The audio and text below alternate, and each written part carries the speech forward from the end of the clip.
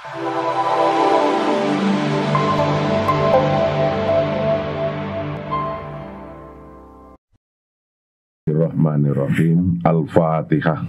A'udzubillahi minasyaitonir rajim. Bismillahirrahmanirrahim. Alhamdulillahirabbil alamin arrahmanirrahim maliki yaumiddin. Iyyaka na'budu wa iyyaka nasta'in ihdinas siratal mustaqim siratal ladzina an'amta 'alaihim ghairil maghdubi 'alaihim waladdallin.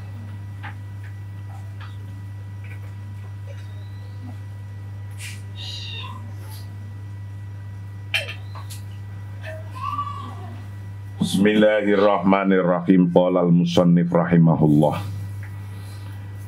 Wa nafa'an fi dunya wal akhirah fi daraini amin. Pada bagian yang kelima kemarin kita telah membahas tentang contoh-contoh ijtihadnya para ulama ketika dalam nas Al-Quran dan hadis tidak ditemukan perintah-perintah yang sharih, yang jelas. Sementara di dalam persoalan kehidupan mempunyai persoalan hukum-hukum yang terus berkembang. Lalu ketika ada persoalan hukum-hukum yang terus berkembang, itu bagaimana? Apa langsung kita diem saja? Nah, atau kita harus apa yang dilakukan para ulama dari terdahulu?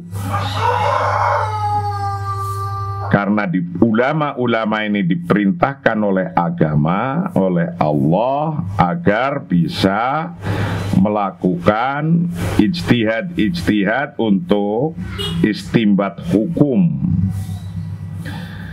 mencari sebuah hukum. Nah, contoh-contoh yang kemarin sudah banyak, termasuk di dalamnya ketika para ulama mencari mengistimbat hukum, itu seperti yang dilakukan oleh Nahdlatul Ulama dengan cara bahsul masail. Kalau Muhammadiyah melakukannya dengan tarjih ya sama, mencari hukum-hukum. Gede dikit. Nah, NU Muhammadiyah itu sudah biasa melakukan ini dari zaman berdirinya sampai sekarang. Jadi kalau misalnya ada undang-undang atau rancangan undang-undang yang mau dibahas, NU dan Muhammadiyah melihatnya, mencari hukumnya. Contoh hukum pajak. Hukum pajak itu bagaimana? Ini dulu dibahas oleh Nahdlatul Ulama. Hukumnya pajak, undang-undang pajak itu bagaimana? Nah, undang-undang pajak ini termasuk yang diperbolehkan dari sebuah muamalah yang boleh, termasuk ini dibahas oleh muktamar yang pertama ulama-ulama Islam yang diadakan di Mesir tahun 1964. Ini urusan pajak. Yang mengadakan bahsul masail di Mesir ini itu Majma' Buhuts Al-Islamiyah di Universitas Al-Azhar, yang memutuskan bahwa Auliyail Amri, pemerintah, presiden, kalau kayak kita itu presiden, Auliyail Amri itu, Auliyail Amri itu presiden. Maka dulu NU mengangkat dan memberi kepada Presiden pertama Bung Karno dengan pemberian Waliul Amri Bisyaukah Ad-Daruri Bisyaukah. Jadi Presiden Indonesia dalam konteks keagamaan, dari presiden yang pertama sampai sekarang, NU sudah memberikan sebutan Waliul Amri sampai sekarang. Kenapa? Karena Waliul Amri ketika mengharuskan membayar pajak kepada masyarakatnya,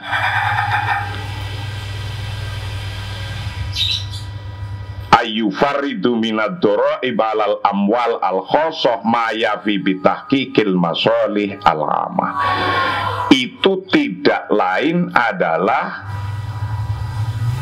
ma yafi bitahqiqil masolih al amah, untuk fulfillment, mencukupi, memenuhi kemaslahatan umum, kebutuhan kemaslahatan publik.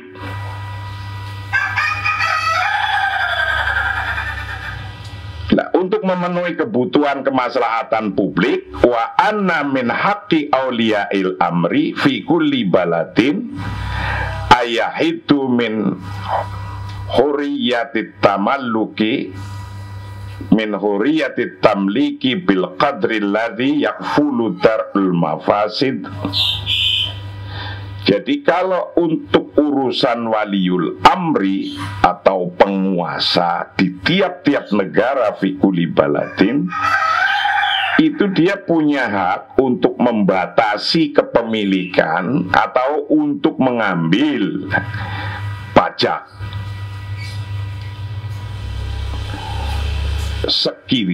sekedar atau seukuran darul mafasid wa tahqiqul masalih ar-rajihah. Itu ukurannya itu. Jadi seukuran darul mafasid wa tahqiqul masalih ar-rajihah itu bagaimana membayar pajak tidak terlalu memberatkan kepada orang, tapi kemaslahatan publik terjaga. Itu kemaslahatan publik terjaga, tapi juga tidak memberatkan orang. Nah, ketika ngambilnya min sohibihi, idza akhadha min sohibihi, ketika menarik pajak, nadhiro qimatihi yomi akhrihi, itu seberapa besarnya adalah pada waktu itu. Karena inflasi itu kan jalan terus. Ukuran jumlah uang dari dulu dengan sekarang kan berbeda. Jadi ketika jumlah uang berbeda karena inflasi, maka ukurannya adalah hari sekarang. Nah, wa anna takdirul maslahah wa ma taqtadihi huwa min haqqi auliyail amri. Untuk menentukan kemaslahatannya seberapa, untuk apa, berapa pajaknya, untuk apa saja uang pajak itu yang bisa mengukur wa ma taqtadihi huwa min haqqi auliyail amri. Itu adalah hak pemerintah untuk menentukan itu. Nah, maksud saya begini, bahwa kemarin disampaikan hukum-hukum Allah itu sabat, tetap. Hukum Allah itu tetap, yaitu yang disebutkan dalam Al-Quran dan hadis, ijma, qiyas, kalau ijtihad. Tapi wawadai min haitsun nizam, yaitu model bentuk undang-undang itu ya tergantung pada undang-undangnya. Begitu pula tentang pajak. Berarti ketika para ulama syekh di Mesir menentukan bolehnya mengambil pajak untuk kemaslahatan orang banyak, itu sudah disebut hukum Tuhan, hukmun ilahiyun, hukum ketuhanan. Nah, ketika negara Pancasila seperti kita ini kemudian menarik pajak itu juga secara ijtihadi sudah termasuk hukum Islam wada'i min haitsun nizam, dari bentuk peraturannya sudah termasuk al-jam'u baina tsabat wan tatawur, bisa mengumpulkan antara hukum-hukum Tuhan yang tetap dengan tatawur, perkembangan yang ada. Nah, ini harus dipahami semacam ini. Nah, di Nahdlatul Ulama atau Muhammadiyah itu sudah biasa dari sebelumnya ada Indonesia, atau sudah membiasakan membahas hukum-hukum semacam ini. Nah, ketika kok ada penyelewengan oleh oknum-oknum pejabat, nyeleweng, padahal itu uang rakyat karena itu uang pajak. Itu lalu bagaimana ketika ada penyelewengan kayak gitu? Dan di sini dikatakan wa'alal muslimin ayasuddu ilaihim an-nasihah in ra'au fi taqdirihim ghairu ma yaraun. Kalau ternyata ada penyelewengan pajak, ada penyelewengan orang-orang pejabatnya, itu umat Islam harus mengingatkan, karena ini adalah milik publik, milik maslahah untuk bersama, ditarik.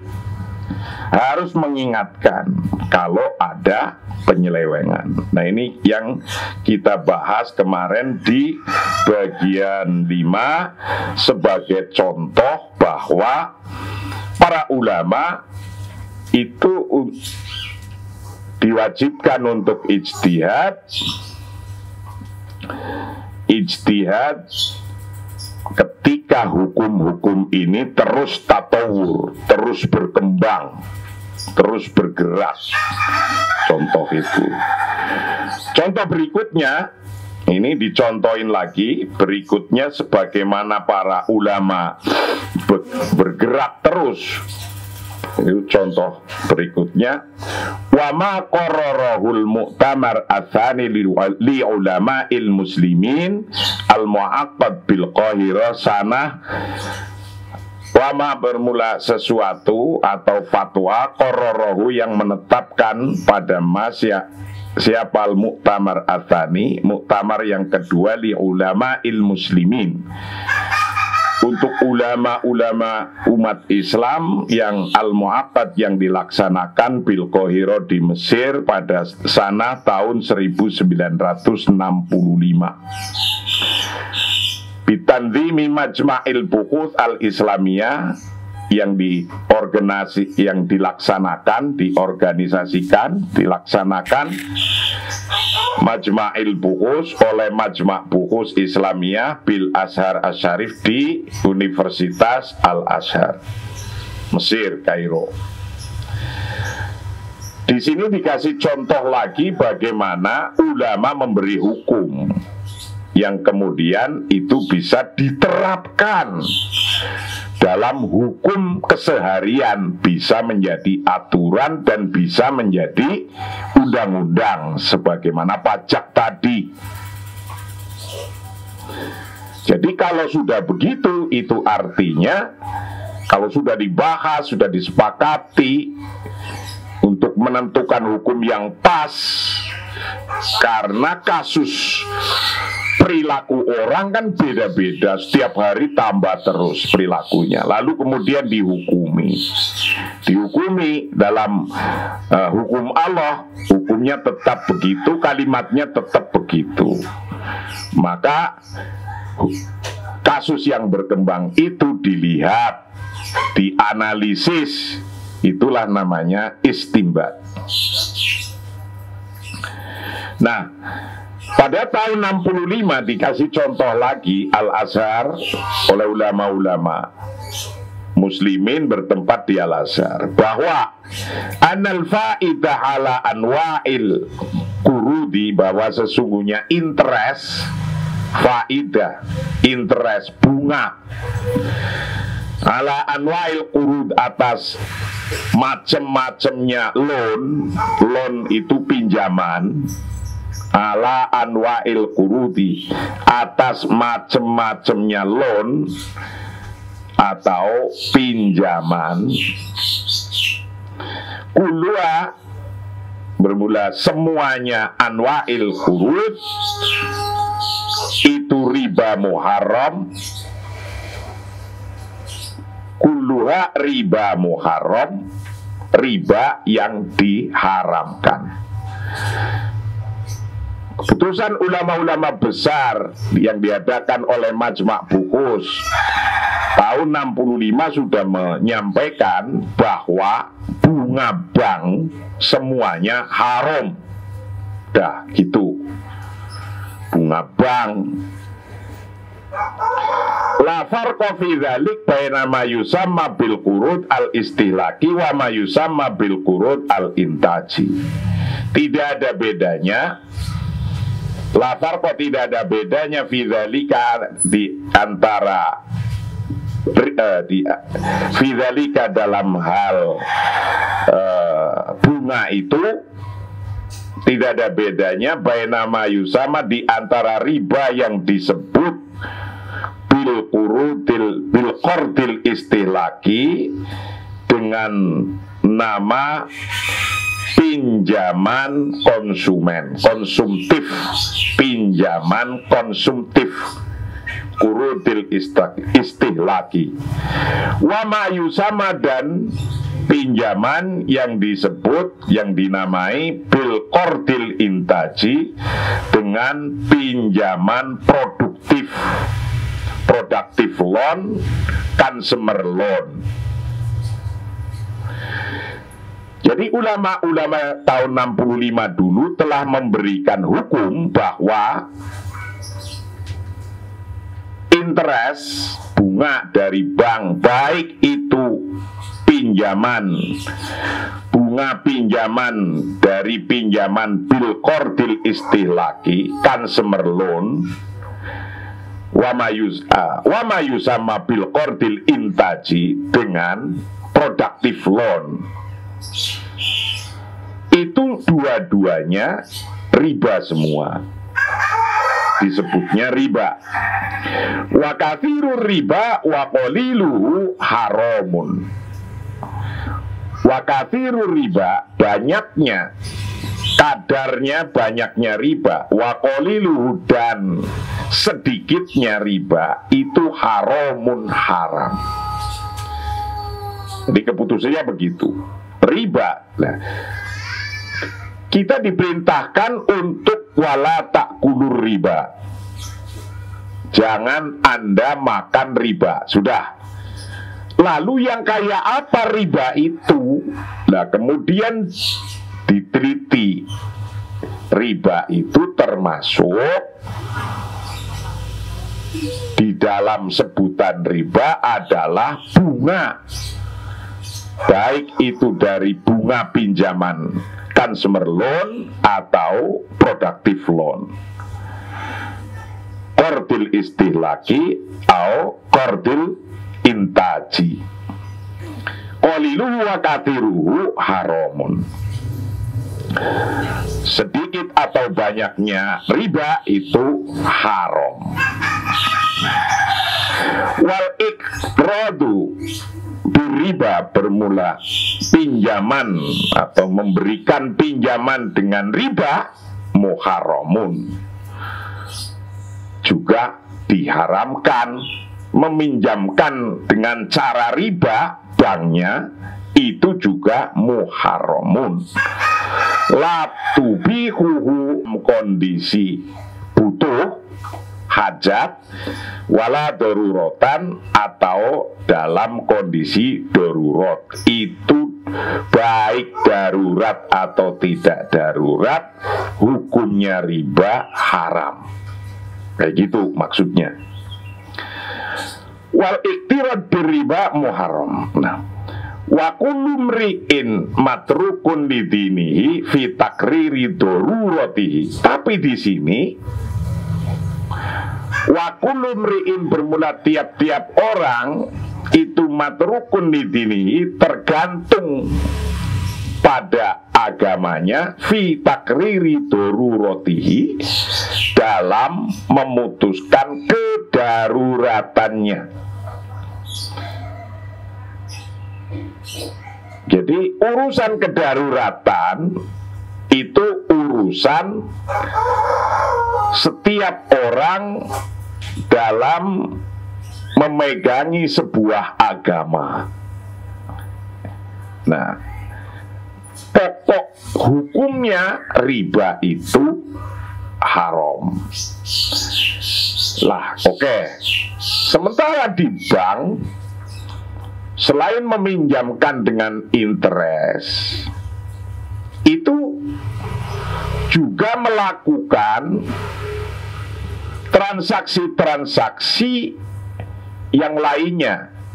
Apakah transaksi-transaksi yang lainnya itu dibolehkan atau tidak?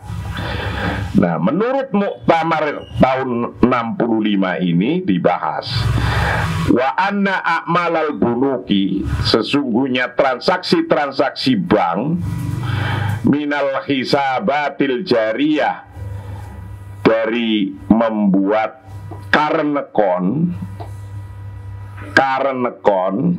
atau akun saat ini jadi istilah bank ada namanya al-hisabat al-jariyah, current account, wasorfi syikat, dan cek cash cek. Nah, kalau ke bank kan bisa membuka cek, nah itu cek cash, itu namanya sorfi syikat, cek cash, current account. Wa khotobatil iktimad, dan LC, letter of credit. Di bank ada namanya LC, membuka LC, letter of credit.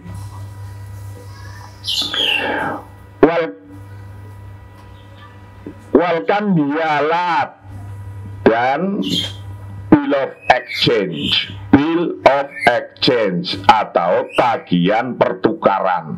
Bill of exchange, tagihan pertukaran. Ada hiliyah yang di dalam negeri, allati yaqumu alaiha amal, yang untuk digunakan sebuah alaiha atas itu tadi syikat, khotobat, kambiyalat,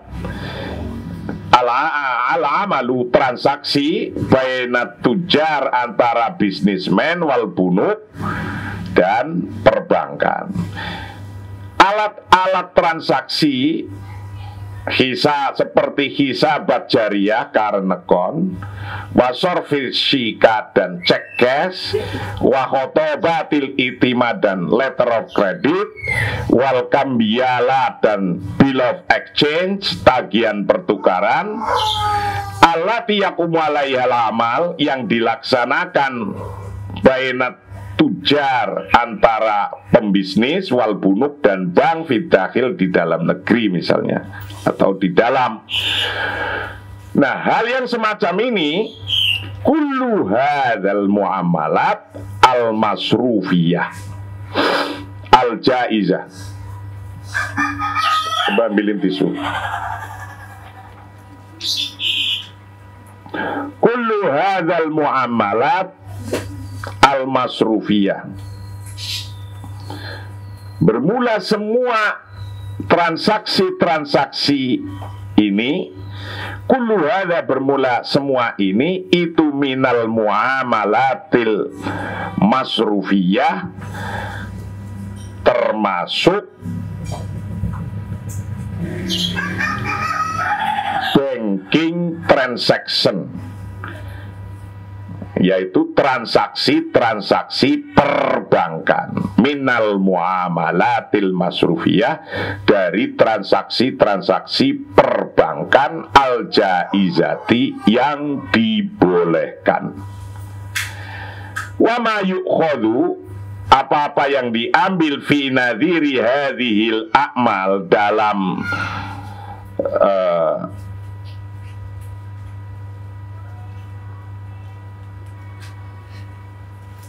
masalah melihat imbalan ini, imbalan fi nadhiri hadhil a'mal, dalam perlihatan imbalan ini, itu laisa minar riba, bukan termasuk disebut riba. Itu jadi tidak termasuk riba.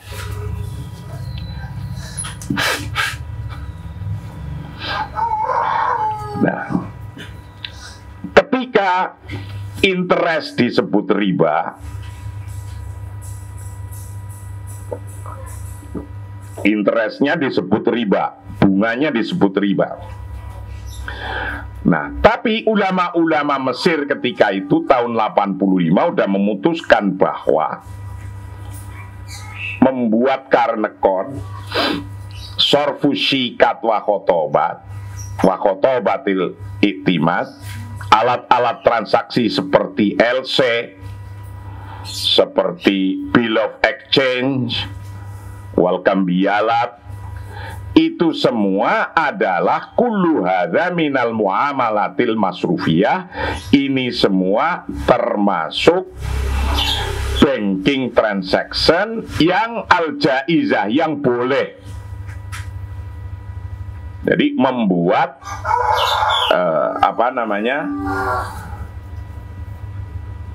LC atau apa, itu termasuk dibolehkan. Ini contoh bahwa sesungguhnya para ulama menemukan, mencari istimbat wal istiqra dalam sebuah pencarian hukum.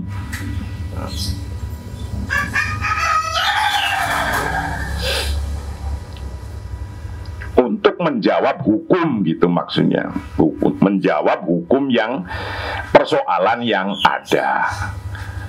Nah, itu dilakukan terus. Karena apa? Persoalan ini berkembang. Begitu pula ketika mau kayak sekarang ini akan membuat undang-undang omni. Omni apa itu? Law, Omnibus Law. Ini yang akan melihat banyak undang-undang, dari undang-undang pekerja, undang-undang investasi, undang-undang pendidikan. Di dalam Omnibus Law ini akan dilihat lagi, akan diperbarui. Maka kewajiban umat Islam ini ya harus ijtihad lagi. Nanti kita lihat RUU Undang-Undang Omnibus Law ini. Nah, ketika kita umat Islam care, melihat bahwa undang-undang itu bertentangan dengan hukum Tuhan atau tidak, nanti ketika diputuskan ternyata bertentangan, ya harus diubah biar nggak bertentangan. Tapi kalau ternyata tidak bertentangan, maka itu adalah namanya sudah sesuai syariah, walaupun namanya undang-undang omnibus law. Itu gitu. Walaupun namanya undang-undang pekerja, undang-undang pertanahan, undang-undang pendidikan, itu kalau tidak bertentangan dengan hukum syariah, nanti dilihat itu ya namanya sudah sesuai dengan syariah. Jadi bernegara dengan beragama yang benar itu kalau dilandasi dengan syariah yang ada, rasanya tidak akan ada bertentangan dengan siapapun. Karena ukurannya dalam hal ini adalah kemaslahatan. Maslahah. Ini yang harus dipahami. Nah, maka saya harapkan NU wilayah untuk turut ikut melihat RUU Undang-Undang Omnibus Law ini. Apakah dalam perubahan itu ada yang tidak sesuai dengan syariah atau tidak? Seperti kemarin saya membaca, ada yang mengkritisi tentang undang-undang pendidikan ini nanti akan menyebutkan kalau nanti semua orang yang melakukan pendidikan non formal harus mempunyai izin ke Jakarta semua, lalu pesantren itu dianggap pendidikan apa? Nah, pesantren-pesantren salaf termasuk pendidikan apa? Izinnya kemana? Nah ini masih dibahas di DPR. Jadi untuk membuat itu sesuai dengan hukum Tuhan atau tidak, umat Islam harus care, ikut membahas, ikut memberikan saran. Memberikan saran kepada siapa? Kepada para pembuat aturan, yaitu MPR, DPR itu. Umat Islam harus memberikan saran-saran, nasihat, inro'au fi takdirihim ghairu ma yaraun. Itu harus memberikan saran. DPR-nya ya harus ikut atas kemaslahatan. Nah gitu. Nah kalau sudah begini, saya yakin seluruh agama pun pasti sumbernya adalah referensinya, kalau ada masalah ijtihadi adalah kemaslahatan. Itu contoh yang ke-10. Contoh yang ke-9. Contoh yang ke-10 masih tentang contoh-contoh ulama memberikan ijtihad. Wa ma qararahul mu'tamar, dan termasuk fatwa yang ditetapkan dalam Muktamar Al-Alami internasional. Yang pertama, al-awwal yang pertama, lil iktisadil islami, untuk ekonomi Islam, al-mu'aqad yang dilaksanakan di Makkatil Mukarramah, di Mekah Mukarramah pada tahun 1976. Pada tahun 1976 Anda udah lahir belum? Belum ya? Oh, ini sudah ada muktamar yang dilaksanakan di Mekah Mukarramah bitandimi kuliatil iktisad wal idarah bijamiatil Malik Abdul Aziz bijiddah, yang dilaksanakan, diorganize oleh Fakultas Ekonomi Universitas Mulk Abdul Aziz di Jeddah. Yaro melihat bahwa Yaro al-Mu'tamar serta muktamirin melihat bahwa anna ta'min at-tijari, bahwa sesungguhnya asuransi komersial insuren, melihat asuransi komersial alladzi tumarisuhu, yang mempraktekkannya, practicing it, siapa syirkatut takmin, siapa syirkatut takmin, perusahaan asuransi komersial, syirkatut takmin at-tijariyah, perusahaan asuransi komersial.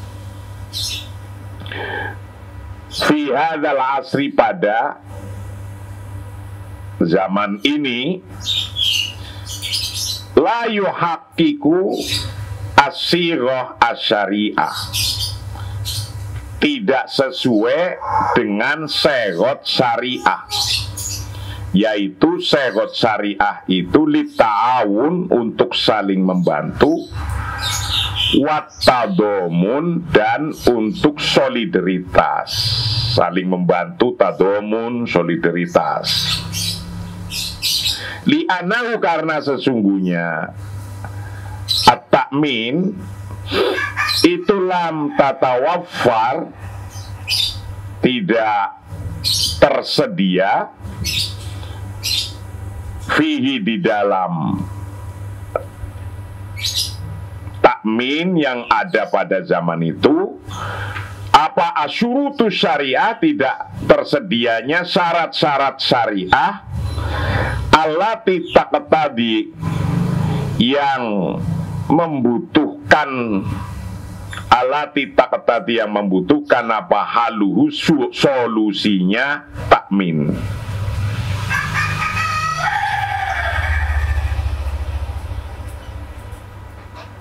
Wayak tariku, dan kemudian menyarankan siapa apal muktamar, menyarankan taklifa lajnatin, untuk membuat komite, lajnah, komite, membentuk komite, min dawil ikhtisosi, dari orang-orang khusus, min ulama syariah, dari ulama-ulama syariah, wa ulama iktisadil muslimin, dan ulama-ulama ahli ekonominya umat Islam, liktiraki sighatin, untuk mensarankan sebuah sighah,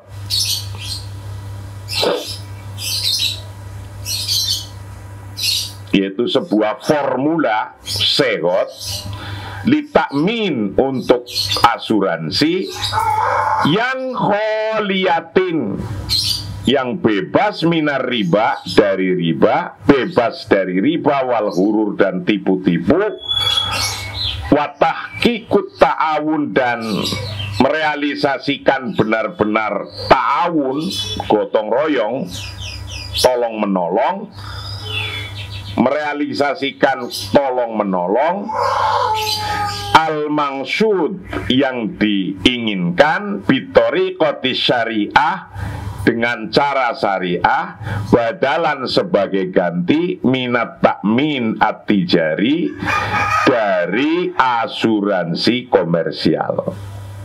Jadi gini, dulu pada tahun 1976 para kiai-kiai mengadakan bahsul masail. Ini kiai-kiainya di dunia, yang mengundang, yang mengadakan adalah Universitas Malik Abdul Aziz di Jeddah, Fakultas Ekonomi. Bahwa ketika itu melihat takmin at-tijari, asuransi komersial, itu belum sesuai syariah, karena belum la yuhaqqiqu sighah asy-syariah lita'awun wa tadomun. Karena itu kayak sebuah gambling saja, permainan, belum sesuai syariat, yang benar-benar untuk merealisasikan sighot ta'awun. Rumus ta'awunnya itu nggak ketemu, dianggapnya oleh para ulama ketika itu.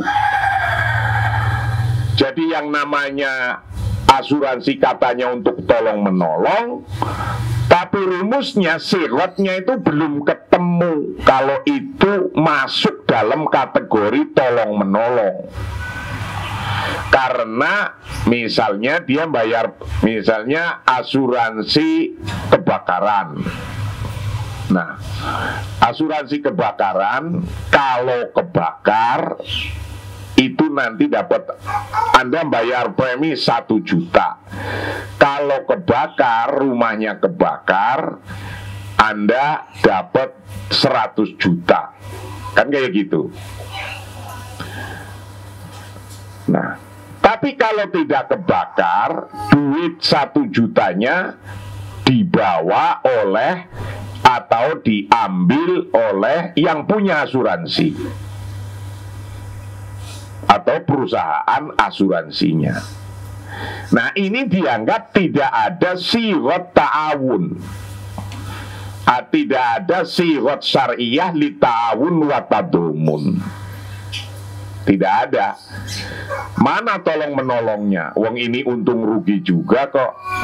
Maka ketika dilihat begitu, dalam Baksul Masailnya para ulama di Mekah ini kemudian membentuk satu komite, taklif lajnatin min dawil ikhtisos min ulama isyariyah wa ulama il ikhtisodil muslimin. Membentuk satu komite untuk mengkaji tentang takmin at-tijari, yang komite itu isinya adalah ulama syariah, orang ahli-ahli syariah, dan ulama il-iktisadil muslimin, ulama atau cendekiawan ahli ekonomi yang dari umat Islam. Untuk apa dibentuk lajnah, dibentuk komite semacam ini? Untuk memberikan saran, suggestion tentang sighah li takmin, bagaimana model sebuah asuransi yang kholiyatan minar riba wal ghurur, bebas dari riba dan ghurur. Karena kalau yang model konvensional masih dianggap ghurur, belum benar-benar akadnya itu tahqiqut ta'awun, untuk merealisasikan ta'awun bitoriqo syar'iyah badalan minat takmin at-tijari, untuk sebagai ganti asuransi komersial. Nah, ketika demikian, ini contoh. Artinya apa? Ada persoalan asuransi. Ulama kiainya membahas. Di NU tentang asuransi dibahas. Yang kayak apa yang boleh, yang kayak apa yang tidak boleh. Nah, ketika demikian ditentukan. Setelah ditentukan nih yang boleh kayak gini. Nah, itu nanti bisa untuk melihat undang-undang asuransi kita. Itu hakon kodla. Nah, ini bercerita tentang ijtihadnya para kiai ini ketika itu, para ulama dunia, ulama internasional di Mekah, yang menceritakan tentang kondisi ijtihadnya, kondisi musyawarahnya. Hakon, betul, real, benar, kodla, tuafiku, dulu tidak sepakat siapa ba'dul ijtihadat asyariyah, sebagian ijtihad syariatnya tidak disepakati. Fala yakunu, maka tidak ada pasabilu ibtoliha, tidak ada cara untuk membatalkannya.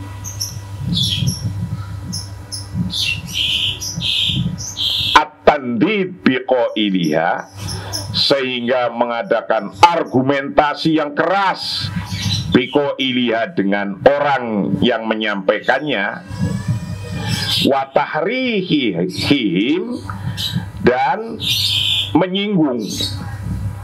menyinggungnya mereka.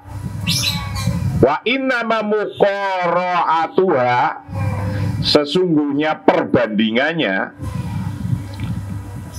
argumennya bil hujjati, dengan argumen, min dzati nususil Quran wa sunnah, dari argumen atau teks Al-Quran dan Sunnah, wa idhari fasadiha, dan menunjukkan kenegatifannya, kerusakannya,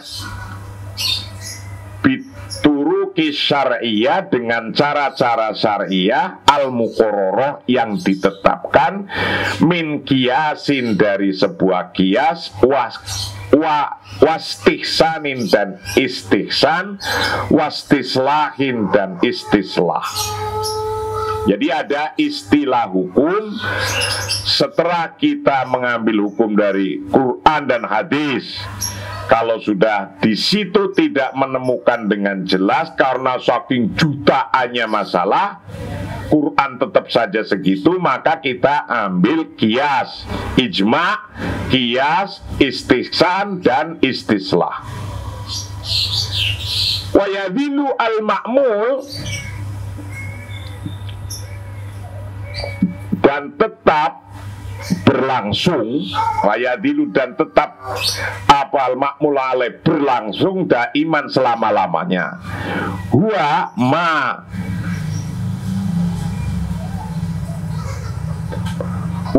ma tatabannahu as-sultah asy-syar'iyyah fil bilad. Ma tatabannahu, apa yang ada, gua bermula sesuatu, itu ma sesuatu, tatabanahu, yang Anda mengadopsi pada ma, yang mengadopsi pada ma, mengambilnya, mengadopsi. Siapa? As-sultatus syar'iyah, otoritas syariah, as-sultah asy-syar'iyah, otoritas syariah, fil bilad, di dalam satu negara. Wahua, bermula otoritas syariah itu ma yata'ayyanu, sesuatu yang menjadi, yata'ayyanu, yang menjadi khusus tertentu, antatabofaro,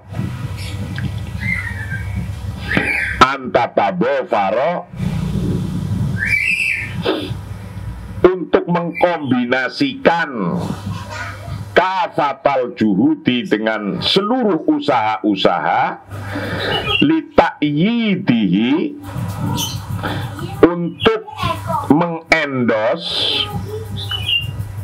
bahwa ingkana, apabila ada apa juhud itu sohihan, mendapatkan kebenaran, wataswibihi, dan mengkoreksi ingkana, apabila ada apa hasilnya juhud itu fasidan, fasid, rusak, atau negatif, atau kurang, atau salah. Nah, ketika membahas satu, ini bercerita tentang ulama-ulama dulu membahas, terjadi di Mekah, membahas tentang takmin at-tijari,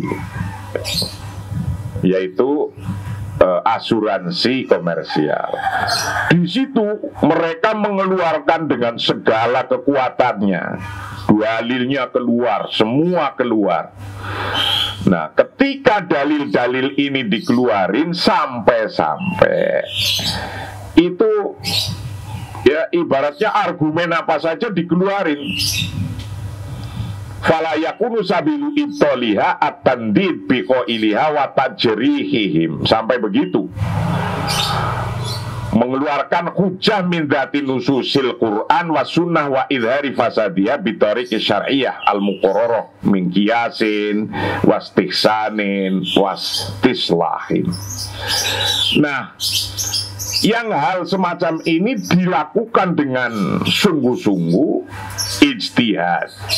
Nah, itu semua sesungguhnya huwa ma tatabannahu as-sultah asy-syar'iyyah fil bilad.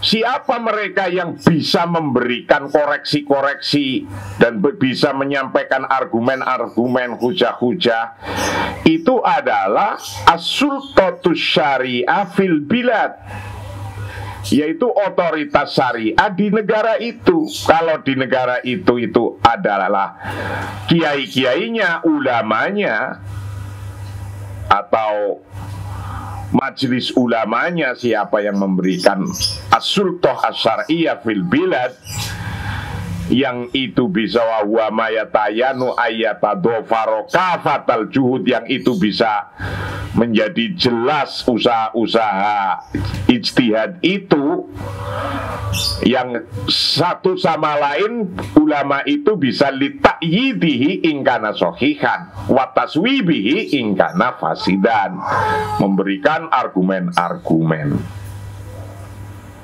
Nah, yang semacam ini wa mu'diyamata qaddama an-siyasah al-iqtisadiyah, bahwa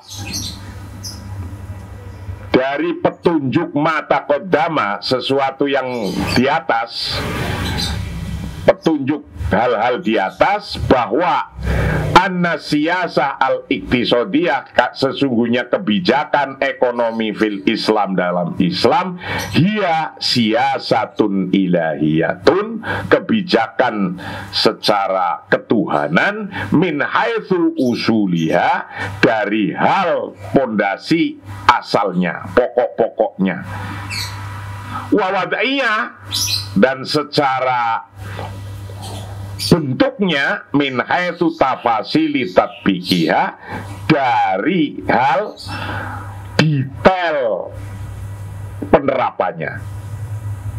Dari detail penerapannya itu disebut wad'iyah, dari asalnya itu disebut ilahiyah. Alasan di atas tadi, contoh-contoh di atas, itu memberikan mu'diyamata qaddama, memberikan guidance, petunjuk bahwa kebijakan ekonomi Islam, kebijakan ekonomi ketuhanan. Nah, kalau ternyata kebijakan-kebijakan di negara Pancasila kita ini tidak keluar dari Pancasila, yaitu ketuhanan yang Maha Esa, maka itu sudah hukum-hukum kebijakan ekonomi negara Pancasila ini, asal tidak keluar dari ketuhanan yang Maha Esa, sudah termasuk mengikuti hukum syar'i. An-siyasah al-iqtisadiyah fil Islam hiya siyasatun ilahiyatun min haitsu usuliha. Jadi sudah bisa disebut asalnya, pokoknya, pondasinya itu adalah siyasatun ilahiyatun. Dan undang-undangnya, wad'iyahnya, modelnya, bentuknya, min haitsu tafasili tatbiqiha, dari detail aplikasi dan penerapannya itu sudah wad'iyah, bentuknya berupa undang-undang atau nizam, itu sudah termasuk ilahiyah. Maka itulah para santriwan santriwati pesantren ekonomi Darul Ukhwah, kita harus benar-benar mengkaji ini agar tidak bingung bagaimana kita cara berbangsa di negara ini. Nah, maka agar semuanya sesuai dengan ketuhanan dalam hal aturan undang-undang, diharapkan para santriwan santrimati harus care terhadap ini.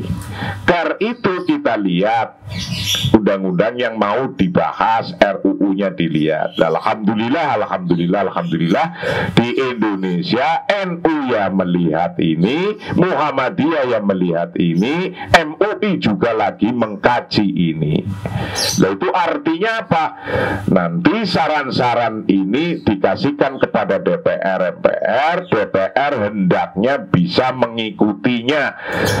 Nah, nanti tinggal kalau ternyata dari NU punya pandangan sendiri, Muhammadiyah berbeda, MUI berbeda, ya nggak apa-apa, itu hasil daripada ijtihadnya, maka tinggal dipilih saja.